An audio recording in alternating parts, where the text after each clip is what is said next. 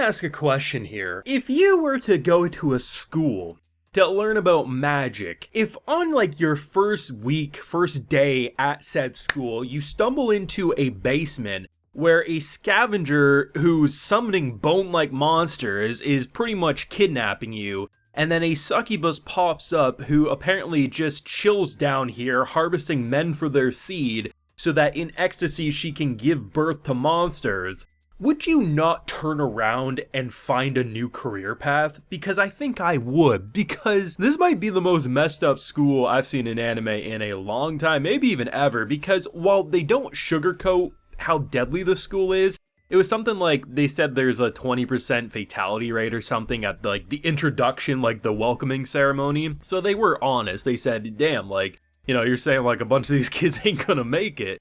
But the idea that what I'm seeing over a few short episodes has me believing I think they lied. I think they're skewing the numbers, because I'm thinking there's a 20% survival rate and 80% chance you're gonna make a wrong turn trying to go to the washroom in this school, and you're gonna end up being some experiment. You're gonna be harvested for organs. You're gonna be milked for your seed. I don't know, man. But Reign of the Seven Spellblades is definitely, I said it was deadlier Hogwarts. I'm saying this is cruel Hogwarts. This is some messed up things. I mean, casually putting pain spells on best girl Katie? Come on, what are you doing? She's just trying to stand up for monster rights, and she's basically being tortured. Like, this school's messed, man. But it makes for a damn good anime experience. Full live reaction available on my Patreon if you would like to see episode 3's full uncut thoughts. It's over there if you're interested. This was another banger episode, man. I'm loving this one. I really am. I feel like it rewards the viewers and doesn't waste your time.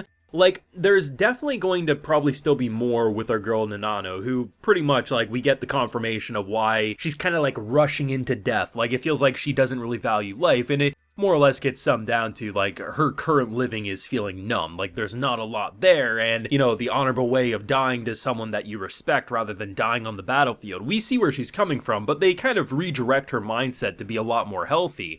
And while there's definitely going to be still a lot more with her and Oliver, I do like the fact that rather than stretching that plot line to be like 6 more episodes of what's wrong with her, is she crazy, is she hiding some darkness, they just say, hey, she's pretty good right now, she's not perfect, but let's redirect her in a better way so that we're getting character introductions out of the way at a realistic pace, because seriously, most of the time when you have like a group of characters like this in anime, it feels like they don't really get to know each other until the end of a core, and that's only like maybe half of the cast, and it doesn't really feel like they're friends. But anyone who's actually gone through a school of some sort, whether a high school, whether a college, whether a university, once you're kind of in a friend group, you pretty much get any bullshit out of the way almost like that. It really just feels natural. You navigate around it, and I like the fact that this anime is almost treating it as they feel like people rather than just insert anime character for insert personality and trope. I said it last week, I think Katie's the best character in the show, and I stand by that statement 110%, because I think the idea of when you look at the start of episode 1, right? This parade, there's a bunch of monsters and creatures,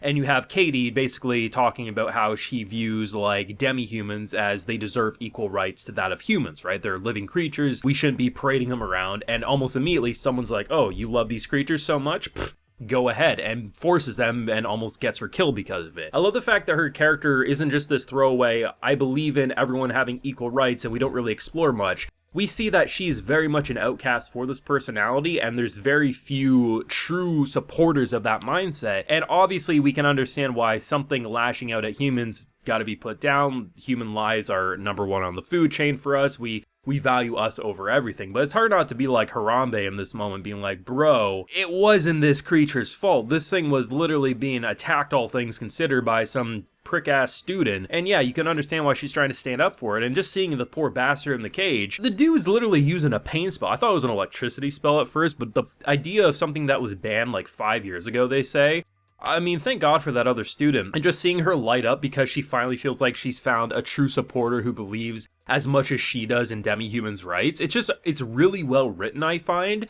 But I love how instead of just completely going with every episode or every darker moment, we're just going to show you a succubus who's milking people for seed. While those moments are going to be the most what the hell am I watching, the concept of the school in general doesn't sit right with me. Whether it's the psycho shark teeth teacher, I think it was in episode 2, who's teaching you about the plants and everything and the morphing, and she just felt like man, if you stay after class with her, you have a 50% chance of being experimented on and coming into class the next day with a vine for an arm because she would just experiment on you for the lulz. It actually feels like, if you think about it, if magic really was something as complex as they're making it out to be in a show like Reign of the Seven Spellblades, you would have to imagine there gotta be at least one school that you would probably not want to go to. Maybe objectively it would teach you everything to be the most skilled in the world at using magic, but you have to also believe that you're going to attract the craziest people, and the fact that you can accidentally stumble down into a basement where some succubus is literally moaning in pleasure as she gives birth to a monstrosity. This other dude scavenging up a storm, both of them want the students, but they have to fight with each other first.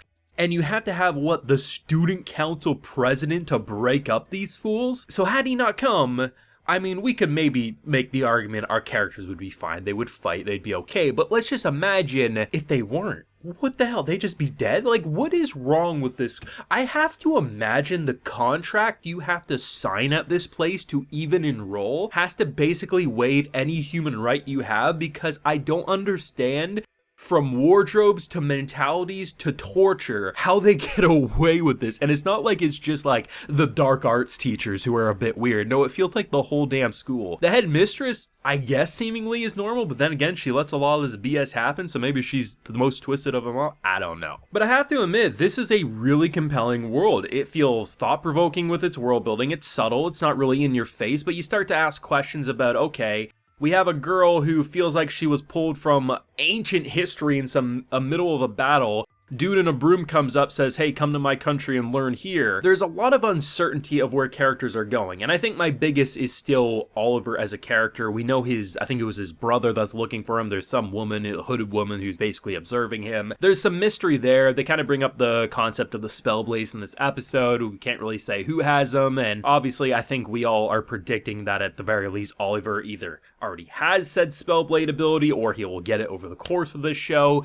But either way, there's a lot of interesting moments, and rather than just one character stealing the spotlight, I actually find that this cast is starting to develop. Sure, a character like, I think his name is Guy, hasn't really done a whole lot yet, but we're still early into this show. But overall, like, McFarlane, right? I mean, every time Mr. Andrews is talking mad shit, I like the fact that she's almost immediately went from who I thought was going to be the spoiled brat character into someone who's actually leading the show in a more motherly big sister role. And I actually really appreciate how they're working with a fairly hefty supporting cast while simultaneously exploring the world building all at the same time. I leave this episode saying it's the most messed up school, but goddamn, for an anime, magical anime that is, it's doing a lot right. But let me know what you're feeling down below. Leave a like if you enjoyed, subscribe if you're new around here, ring that bell so you can get notified when I upload more videos to the channel, and like I mentioned, full live reaction to today's wonderful, if not messed up episode is available on my Patreon, and hey, while you're there, you can also get a video shout out. So today we have also rated Golden Angel, 517, Jared Fan, and Eric Barton. So I appreciate the support, everyone. Please take care and have a good one.